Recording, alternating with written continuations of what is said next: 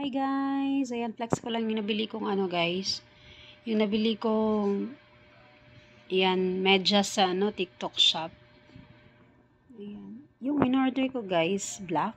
Pero yung dumating white. Okay sana, kaso, ito, okay yung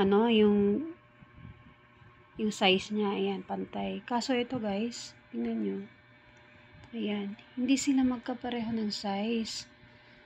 Ayan, paano yun gagamitin ng anak ko? Ayan. Kung kayo guys, kayo makatanggap nito, ayan, anong gagawin nyo? Tapos binili ko to, 43 yung pair.